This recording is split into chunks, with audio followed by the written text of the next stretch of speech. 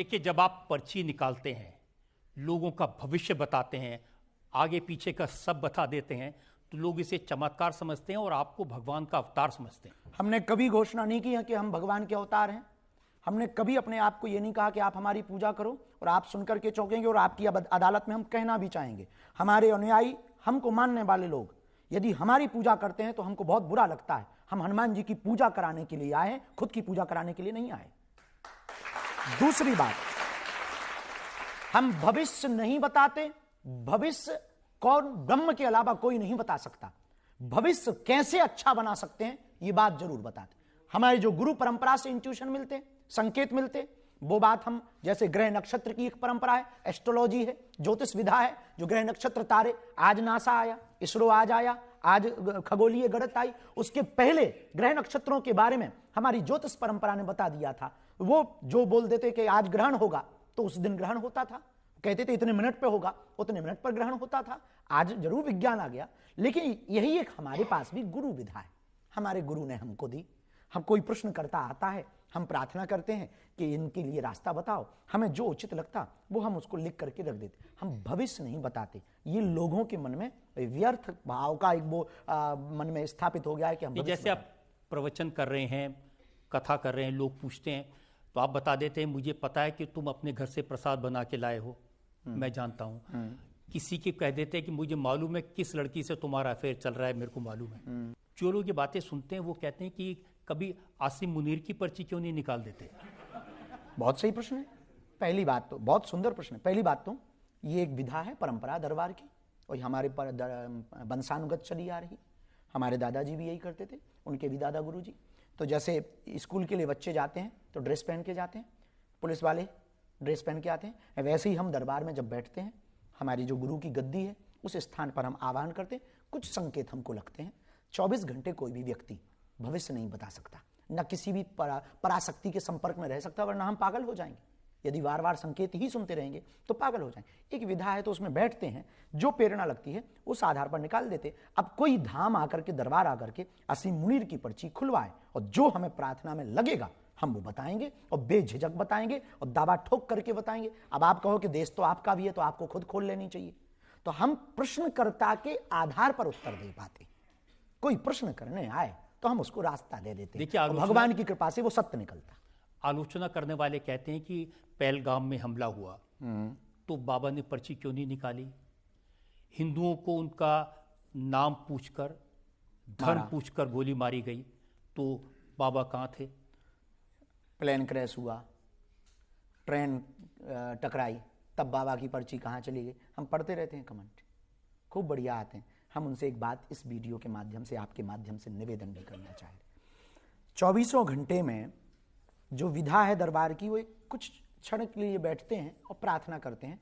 भगवान कृष्ण को भी पता था कि महाभारत होगी, लेकिन क्या वो टाल पाए? नहीं। हम भाग्य नहीं टालते, ना हम विधि के लेख को टालते। यदि विधि के लेख को हम टाल दें तो फिर हम ही विधाता ना हो गए। विधाता की आवश्यकता क्या? हम लेख को नहीं मिटाते कि हम लेख को मिटा दें कि आज प्लेन पे मत बैठना वरना क्रैश हो जाएगी एयर इंडिया की। यदि हम ये बता दें तो फिर तो विधि के लेख भी मिट जाएगा। दूसरी बात, महाभारत में अभिमन्यु का एक चरित्र है। भगवान कृष्ण को पता था यदि ये आज जाएगा मारा जाएगा, लेकिन भगवान ने रोका नहीं। क्यों? क्योंकि विधि का लेख था। भगवान राम को पता था कि हम यदि 14 वर्ष वनवास के लिए जाएंगे तो हमारे पिताजी प्राण छोड़ देंगे, लेकिन भगवान रुके नहीं। क्यों?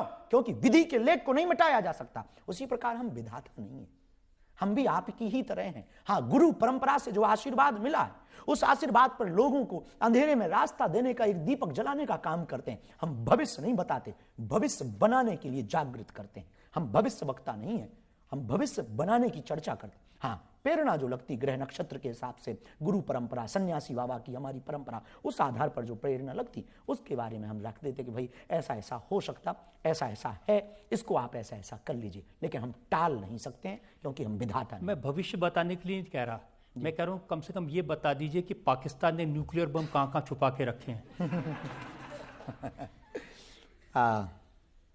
क्या कह दें, भगवान से प्रार्थना करेंगे कि ये भी अर्जी लग जाए।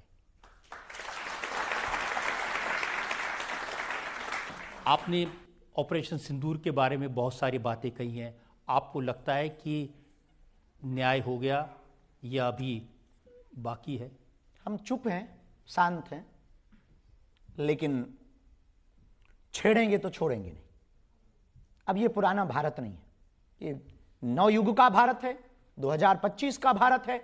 और मुनीर को और पाकिस्तान को ये बात समझ लेनी चाहिए कि यदि आप अब छेड़ोगे तो छोड़ा नहीं जाएगा। अभी 9 ठिकानों को, कल 99 ठिकानों को उड़ाया जाएगा। दूसरी बात, एक कवि ने बहुत अच्छी बात कही थी और आप सबके और हमारे सबके काम की है कि कभी यदि पाकिस्तान से हमारा संवाद कराया जाए और पाकिस्तान की आवाम को हमारे सामने बैठाया जाए या वहां के प्रधानमंत्री को, तब हम उससे एक बात जरूर कहेंगे, चलो युद्ध हो जाए, लेकिन इस बार का युद्ध गोली बारूद या मिसाइलों से नहीं, अपने अपने देश की गरीबी मिटाने का युद्ध हो जाए।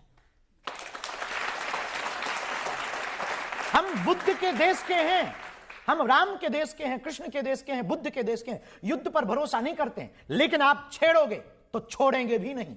आपने छेड़ा है, धर्म पूछ करके मारा है, हमने घर में घुस करके मारा है, और अब आप छेड़ोगे तो पीओके तो लेंगे ही। ये तो ऑपरेशन सिंदूर था, अभी मेहंदी रस्म बाकी है, हल्दी बाकी है। और मुनीर साहब को जरूर आप ये वीडियो भिजवाइए, हल्दी बाकी है। और मुनीर साहब यदि विदाई हो गई शादी के बाद, तो पाकिस्तान के लाहौर पर अपना तिरंगा लहराएगा।